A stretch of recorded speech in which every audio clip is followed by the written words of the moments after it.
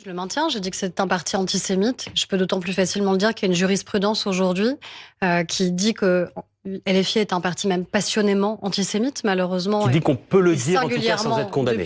depuis le 7 octobre 2023 et les attentats commis en Israël.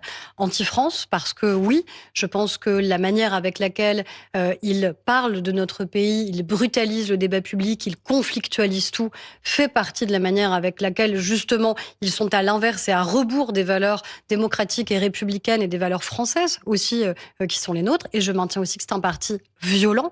Et d'ailleurs, il continue à appeler à cette brutalisation du débat. Vous savez, dans les meetings, Jean-Luc Mélenchon, il a souvent cette phrase « ça finira entre eux et nous ».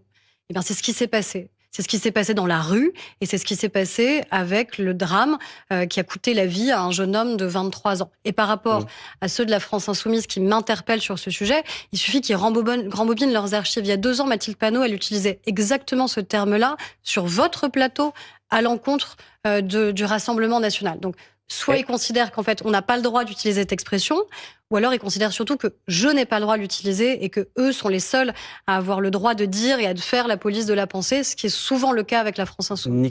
Oui, j'avoue que j'étais étonné, moi, qu'un ministre de la République emploie ce terme parce qu'il est très connoté historiquement. C'est pas un terme général qu'on pourrait utiliser. À quoi il renvoie fondamentalement? Tous les historiens le savent, il n'y a pas besoin d'avoir fait de longues études. Il renvoie à l'extrême droite de l'entre-deux-guerres dans ses aspects les plus violents. Qu'est-ce qu'utilisait ce terme anti-France? C'était l'Action française et son leader Charles Maurras. Et qu'est-ce qu'il désignait par l'anti-France? C'est ce qu'il appelait les États confédérés, c'est-à-dire les ennemis de la France. Et qui y considérait?